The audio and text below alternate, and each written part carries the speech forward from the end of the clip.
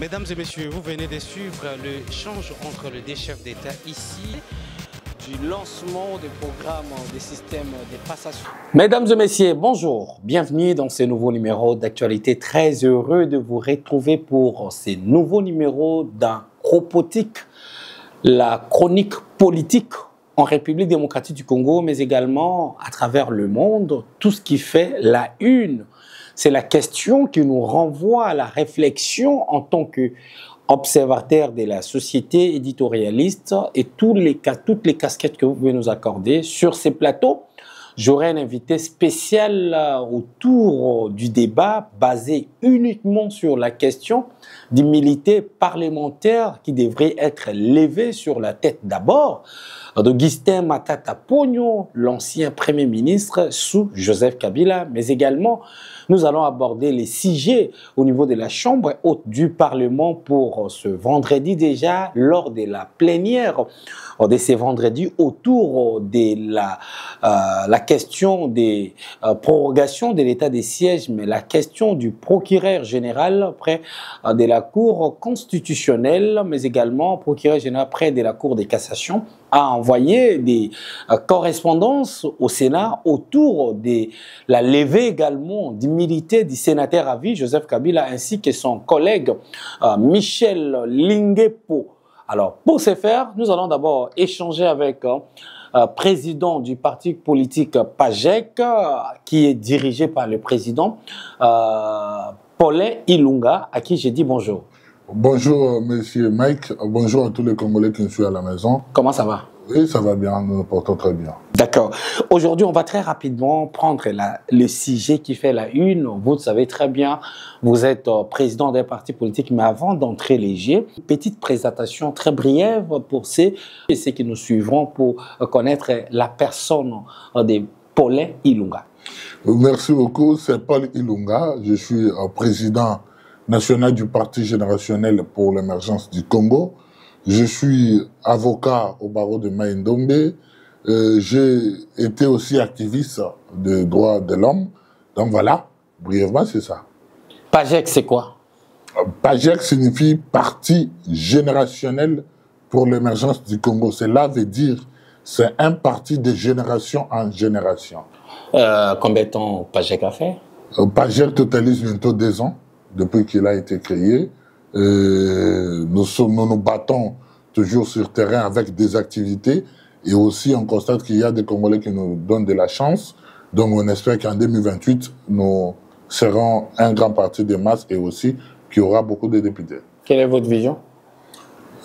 Comme toute vision d'un parti politique, c'est de diriger le pays.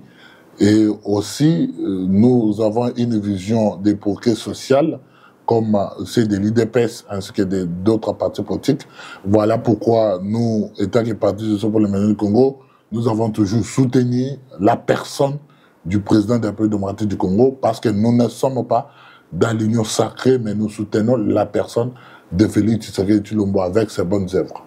Qu'est-ce que vous estimez? Vous allez vous rallier avec l'UDPS, vous allez vous rallier avec d'autres partis politiques pour, comme on dit toujours, l'unité ou l'union fait la force? Oui, on les prévoit toujours parce qu'il y a même d'autres partis qui sont en train de nous consulter pour que nous puissions se rallier avec eux.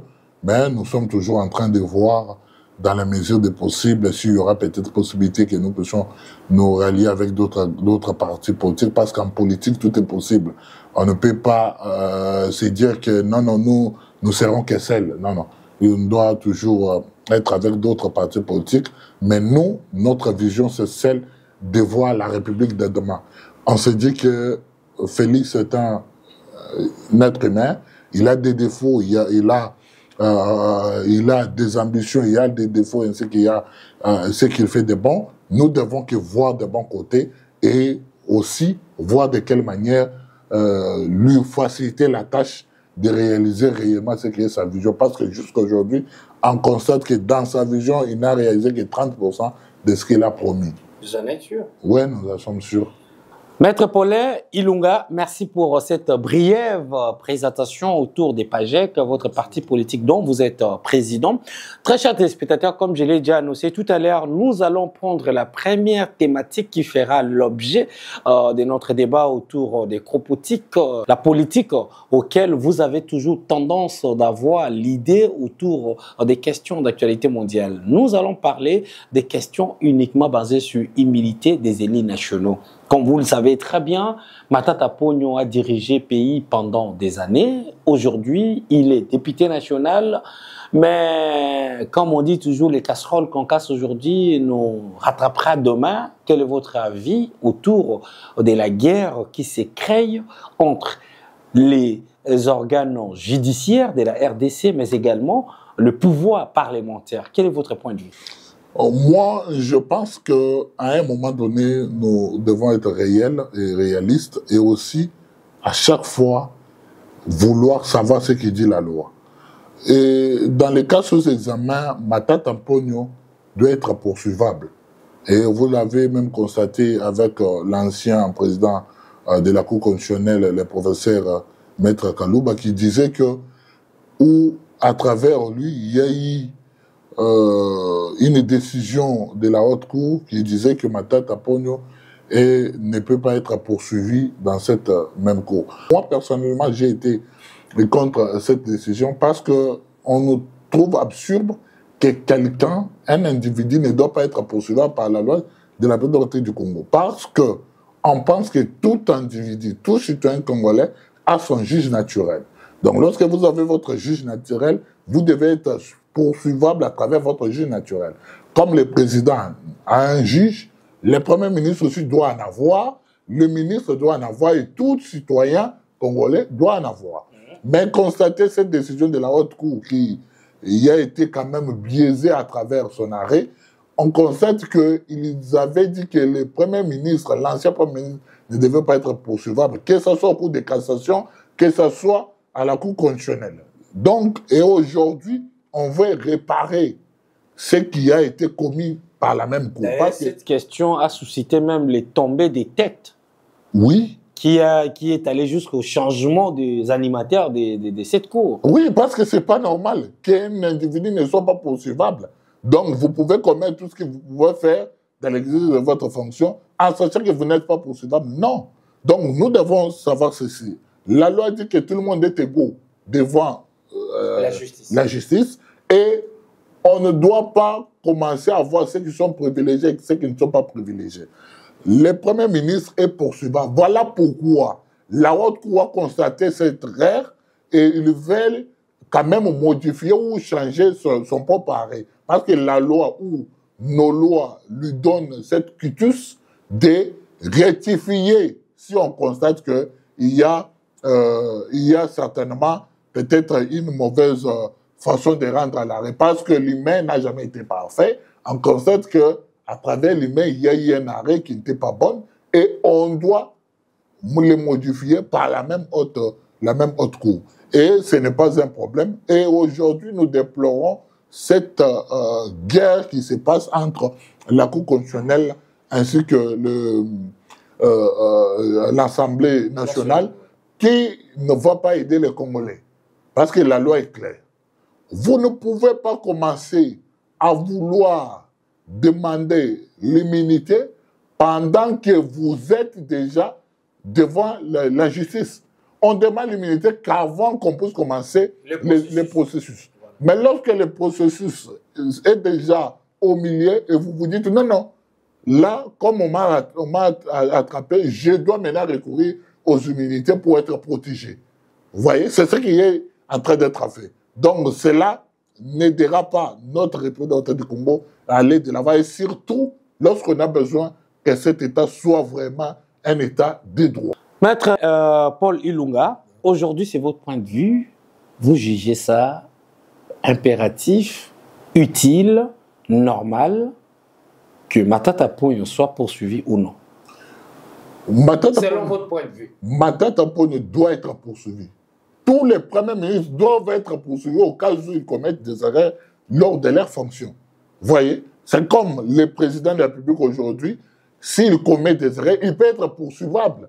Donc on ne doit pas enlever cette contexte-là, parce que tout Congolais doit être égaux devant la loi. Dans un état de droit. Dans un état de droit. Alors, par exemple, de la question aujourd'hui qui est en train de hanter, parce que ça hante réellement Matata Pogno. Vous le savez très bien, en 2023, c'était pas facile et au moins on a marqué une pause, on revient encore. Alors, à quel moment celui qui a servi ce pays peut être poursuivi? Et au cas où l'Assemblée nationale refuse que son dossier ne doit pas être lâché. C'est-à-dire qu'on ne doit pas ouvrir la brèche pour qu'il soit poursuivi. Le problème est qu'il est déjà en train d'être poursuivi. C'est ça le problème.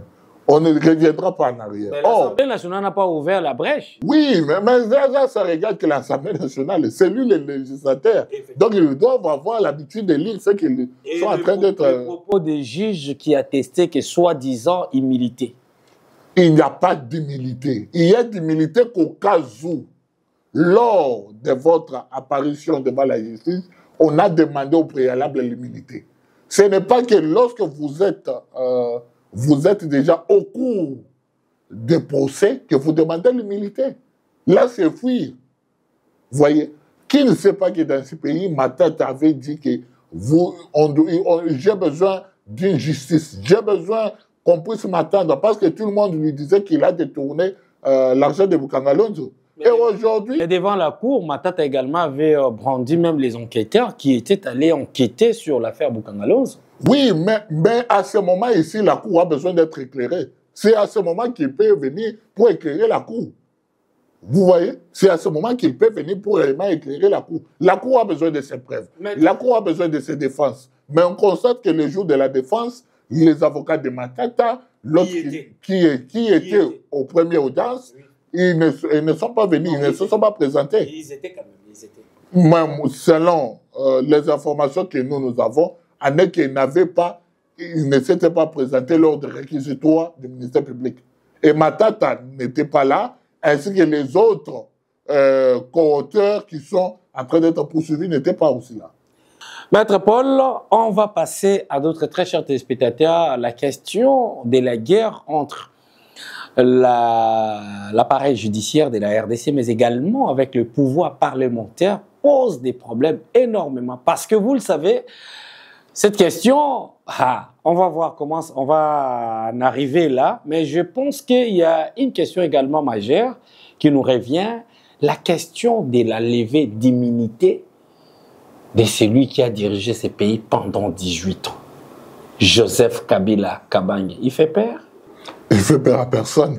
Moi, j'ai toujours dit Joseph Kabila. Joseph Kabila ne fait pas peur à quelqu'un. Ne fait peur à personne. Vous en êtes sûr? Oui, je l'ai toujours dit, je l'ai toujours comparé. En réaliste. Maître Paul, aujourd'hui, Kabila est poursuivi. Et Kabila n'est pas un agrégant, non plus un abruti. C'est un homme qui a même dirigé un pays pendant 10 ans ou 5 ans, c'est beaucoup. Ouais. Il en sait beaucoup. Et maintenant, il y a eu également la même procédure qui a été envoyée à la Chambre haute du Parlement. Je l'ai annoncé ici. Samaloko ne s'est prononcé sur le sujet hier, mais il disait que le moment n'est pas encore opportun. Mais par contre, les correspondances ont été déjà envoyées à la Chambre haute du Parlement. Vous en pensez quoi? Je l'ai toujours dit que Kabila est comparable à une parcelle où on a écrit chien méchant pendant que les chiens sont déjà morts. Donc, du côté père, il ne fait pas peur. Mais soyons réalistes. Dans ce pays, nous devons savoir ceci, que tout le monde doit être justiciable. Vous voyez, il n'y a jamais eu de vide juridique. Ça n'existe pas. Donc, tout le monde doit être justiciable devant son jeu naturel. Et sur la correspondance du ministre de la Justice, Gadso, envoyée au Sénat, nous trouvons cela...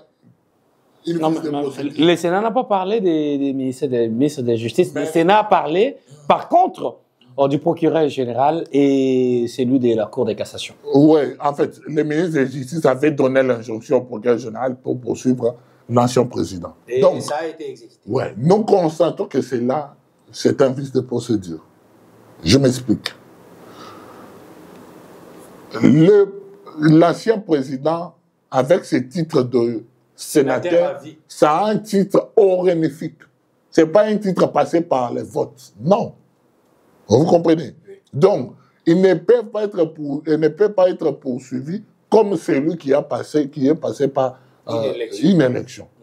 Voilà pourquoi la loi sur les anciens présidents, à son article 61, si je ne m'abuse pas, dit ceci, que lorsqu'on doit poursuivre l'ancien président, on doit demander l'élevé des immunités dans l'Assemblée nationale ainsi que le Sénat. C'est-à-dire en congrès. Ils doivent être réunis en congrès pour enlever son immunité.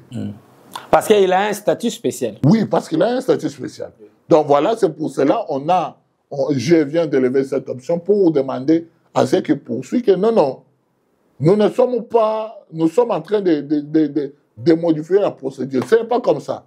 Nous devons lire la loi sur les anciens présidents qui dit que pour lever les immunités de l'ancien président, on doit recourir au Congrès pour lever son immunité. Donc on a besoin... Le procédé a été mal abordé. Le procédé a été mal abordé, certainement. Donc, nous avons besoin d'un Congrès pour enlever l'immunité de Joseph Kabila. Il est poursuivi. Vous n'êtes pas embrouillé, là? Non, je ne suis pas embrouillé. Je ne suis pas embrouillé.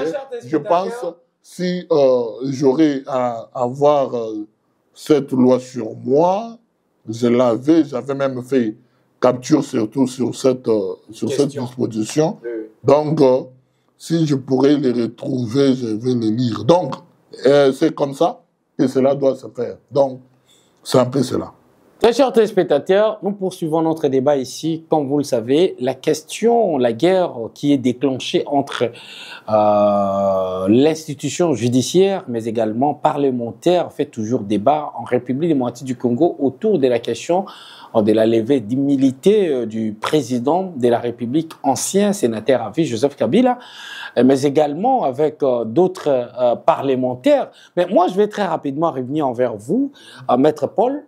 Aujourd'hui, si vous parlez très bien de l'état des droits, que pensez-vous des personnes qui ont été citées dans plusieurs affaires qui ne sembleraient pas être claires, entre autres? Vous le savez très bien, l'affaire Forage, l'affaire également dans le secteur de l'enseignement, aujourd'hui, des personnalités un tout petit peu qui ont un certain statut spécial et que les affaires ont été classées. Que diriez-vous dans ces aspects-là, dans les cas où vous parlez de l'état des droits réellement en RDC? Ce que nous devons comprendre est que nous sommes dans un état où un ancien directeur de cabinet du président de la République a été jugé et condamné. Lesquels? Son Excellence Vital Kamerhe, l'honorable Vital Kamerhe. Il a été condamné dans ce pays et il a été jugé. Vous comprenez? Donc, pour dire ceci, l'état de droit, c'est là où les lois et les règles de la République sont respectées. C'est ça l'état de droit. Oui. C'est ça même la définition de l'état de droit. Oui. Donc, nous devons comprendre que lorsque quelqu'un est devant la justice, cela ne veut pas dire que lorsque vous, la population, vous dites que non, si une personne a volé l'argent de la Pandère, que le juge doit voir comme vous. Non. Non, mais la question, c'est si. J'ai suivi Nicolas Kazadi. Nicolas Kazadi a réuni les clubs de ses amis pour tout simplement éclairer la lanterne sur la question de ces détournements. Alors que les signataires de ces contrats, les investigations, les résultats ont attesté la question de Nicolas Kazadi. Aujourd'hui, la demande de la levée d'immunité parlementaire est restée comme ça. Vous en pensez réellement que Kazadi, Nicolas, incline celui Tony Mwaba qui était dans le secteur de l'enseignement où à un certain moment, on prenait l'investigation de l'IGF pour patrouiller dans les secteurs éducationnels qui posaient un problème. Toutes ces personnes, dans les estimations qu'on a autour de la question, entre guillemets, de leur gestion, étaient floues, étaient rien. Pourquoi certaines personnes ne doivent pas être contrôlées par l'IGF et que certaines personnes doivent doivent impérativement être contrôlés. C'est quel genre de la gestion? Vous comparez la gestion de Tony Mwabaka Zadi avec ces ministres, 7 ministres que nous avons? Ce n'est que l'information. Non, moi je pense que... Ce n'est que les effets. Moi je pense que c'est comme l'eau et le jus. Ok. Le professeur Tony Nicolas Kazadi était parfait. Le professeur, d'abord Tony Mwabaka Zadi, il a fait son travail. Et moi je trouve qu'entre lui et l'IGF, c'était qu'un conflit. Conflit? Oui, entre des institutions. C'était qu'un conflit. Peut-être ils ne sont pas bien compris et ça a créé ce que ça a créé. Donc, cela n'est pas parce qu'il avait mal géré. Non, non. C'est un type bien, c'est un type qui a géré. Et aujourd'hui, si vous demandez même un élève qui vient de l'école, vous lui demandez quel est le ministre de l'Éducation, il ne vous dira pas son nom. Donc, c'est pour vous dire que c'était quelqu'un qui a foisonné ce ministère, qui a essayé d'amener des réformes au sein de ce ministère. Maintenant, concernant le ministre Nicolas Kazadi. Ex-ministre. Ex-ministre, oui. Nous, la population, nous avons dénoncé. Nous avons fait la dénonciation. Vous voyez? C'est à la clameur publique de prendre les dossiers en main. Et on se limite là. Nous avons rien dénoncé. Vous avez fait que dénoncer, étant que journaliste. Mais laissez les magistrats faire son travail. Laissez la justice faire son travail. C'est ça même. Même si le travail a été connu par les ambiguïtés. C'est ça même l'idée de Montesquieu. C'était que la justice ou l'appareil judiciaire soit indépendant, l'exécutif indépendant et ce autre. Donc, laissez la justice faire son travail. Vous avez pensé réellement? Oui, la justice est tellement indépendante, cette fois-ci par rapport au passé. Parce que aujourd'hui, hier, la justice, lorsque vous êtes arrêté, vous constatez quand même que tous les magistrats parlaient peut-être swahili, ce n'est pas pour attaquer d'autres tribus. Oh, mais aujourd'hui... C'est les pires. Non, aujourd'hui c'est... La langue des anges. C'est difficile de constater cela. La langue des anges. La langue des anges, c'est lorsque les religieux prient. Pour cela, ils se disent que non, ça c'est une langue des anges, mais au sein de l'appareil, au sein de l'administration, vous n'allez plus constater ces langues-là. Paul, merci parce que vous avez été à la hauteur de ces débats. Très chers téléspectateurs, merci. Nous avons eu le temps d'échanger avec vous autour des deux thématiques majeures qui fait l'actualité. Aujourd'hui, c'est la question des couacs qui se créent entre la gestion judiciaire de la RDC, mais également la question parlementaire autour de la question primordiale en fait de trouver une entente. Nous avons reçu pour vous pour ce week-end, Maître Paul Ilunga, président de PAJEC, un parti politique qui ne soutient pas les institutions, mais par contre, il soutient au moins la personne, la vision du président Félix-Antoine Tshisekedi Tshilombo. C'est un plaisir pour moi de te recevoir. Passez un très bon week-end et à très bientôt. Pour vous informer de l'essentiel de l'actualité en République démocratique du Congo, il vous suffit de vous abonner sur Top 243 News TV. Également nous lire sur www.top243news.com. Au nom de toute la rédaction, nous vous remercions.